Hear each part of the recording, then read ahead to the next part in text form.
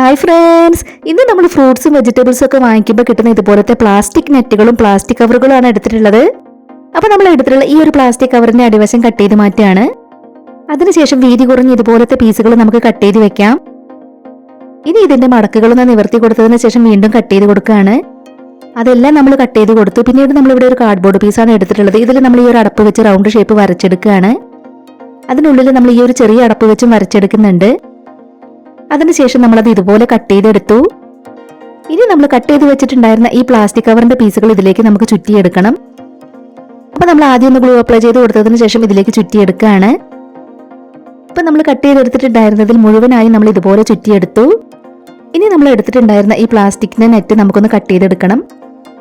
അപ്പൊ ഇതാ ഇതുപോലെ നമ്മളത് കട്ട് ചെയ്തെടുത്തിട്ടുണ്ട്. അതിനുശേഷം അതൊന്ന് നിവർത്തി വെച്ച് കൊടുക്കുകയാണ്. ഇനി നമുക്കിതിൽ ഗ്ലൂ അപ്ലൈ ചെയ്ത് കൊടുത്തതിന് ശേഷം അതിലേക്ക് ഒന്ന് ഒട്ടിച്ചെടുക്കണം.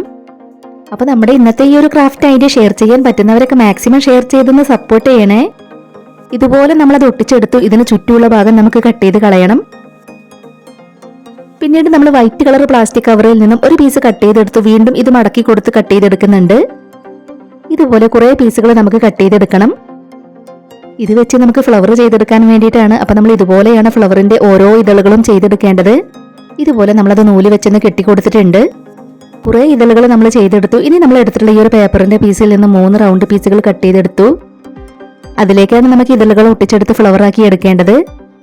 6 ഇതളുകളുള്ള ഒരു ഫ്ലവറാണ് നമ്മൾ ചെയ്തെടുക്കുന്നത്. ഒട്ടിച്ചെടുക്കുന്നതിന് മുൻപായിട്ട് നമ്മൾ നൂല് വെച്ച് കെട്ടിക്കൊടുത്തിട്ടുള്ള ആ ഒരു ഭാഗം കുറച്ച് കട്ട് ചെയ്ത് കളയുന്നുണ്ട്. ഇതുപോലെ എല്ലാ ഫ്ലവറും നമ്മൾ ചെയ്തെടുത്തു.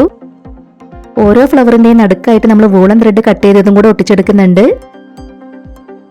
ഇതുപോലെ 3 പൂക്കളിലും നമ്മൾ ഒട്ടിച്ചെടുത്തു. ഗ്രീൻ കളർ പ്ലാസ്റ്റിക് കവറിൽ നിന്ന് നമ്മൾ ഇലകളും ഇതുപോലെ ചെയ്തെടുത്തിട്ടുണ്ട്. ഇനി നമ്മൾ ആദ്യം കട്ട് ചെയ്തെടുത്തിട്ടുണ്ടായിരുന്ന ഈ പ്ലാസ്റ്റിക് കവറിന്റെ പീസുകൾ എല്ലാം കൂടെ ചേർത്തൊന്ന് വെച്ചു കൊടുക്കുകയാണ്. അതിനുശേഷം മടക്കി നൂല് വെച്ചൊന്ന് കെട്ടിക്കൊടുത്തിട്ടുണ്ട്. ഇത് നമുക്ക് ഇതുപോലെ ഒട്ടിച്ചെടുക്കാനുള്ളതാണ്. ഇനി നമ്മൾ ചെയ്തു വെച്ചിട്ടുള്ള പൂക്കളും ഇലകളും എല്ലാം നമുക്ക് അതിലേക്ക് ഒട്ടിച്ചു കൊടുക്കാം. ആദ്യം നമ്മൾ ഇലകളാണ് ഒട്ടിച്ചെടുക്കുന്നത്. പ്ലാസ്റ്റിക് കവറുകൾ കിട്ടുന്നവരൊക്കെ നമ്മുടെ ഇന്നത്തെ ഈ ഒരു ക്രാഫ്റ്റ് ഐഡിയ ട്രൈ ചെയ്ത് നോക്കണേ. അതുപോലെ നിങ്ങളുടെ ഫാമിലി ക്രാഫ്റ്റ് ഒക്കെ ഇഷ്ടപ്പെടുന്നവർക്ക് വേണ്ടിയിട്ടൊക്കെ നമ്മുടെ ഇന്നത്തെ ഈ ഒരു വീഡിയോ ഷെയർ ചെയ്ത് കൊടുക്കണേ. ഇതുപോലെ നമ്മൾ പൂക്കളും ഇലകളും എല്ലാം ഒട്ടിച്ചെടുത്തു. പിന്നീട് നമ്മൾ എടുത്തിട്ടുള്ള ഈ സ്റ്റോൺ ഇവിടെയായിട്ട് ഒട്ടിച്ചെടുത്തു. നമ്മളതിൽ ഒട്ടിച്ചു കൊടുത്തിട്ടുള്ള നെറ്റിൽ ഇതും കൂടെ ഒട്ടിച്ചെടുത്തിട്ടുണ്ട്. പ്ലാസ്റ്റിക് കവറിന്റെ പീസ് വെച്ച് തന്നെ നമ്മൾ ചുമരിൽ തൂക്കിയിടാനുള്ളതും ഒട്ടിച്ചെടുത്തിട്ടുണ്ട്. പാഴ്വസ്തുക്കളെല്ലാം വെച്ച് ചെയ്തെടുത്തിട്ടുള്ള ഈ ഒരു ക്രാഫ്റ്റ് ഐഡിയ നിങ്ങൾക്ക് ഇഷ്ടമായിട്ടുണ്ടെങ്കിൽ തീർച്ചയായിട്ടും ഒരു ലൈക്ക് തരണേ. ഇതുവരെ നമ്മുടെ ചാനൽ സബ്സ്ക്രൈബ് ചെയ്യാതെ കാണുന്നവരുണ്ടെങ്കിൽ ഒന്ന് സബ്സ്ക്രൈബ് ചെയ്ത് സപ്പോർട്ട് ചെയ്യാൻ ആരും മറന്നു പോകരുതേ. ഉടൻ തന്നെ ഇതിലും അടിപൊളിയായിട്ടുള്ള മറ്റൊരു വീഡിയോയുമായി വരാം. ബൈ.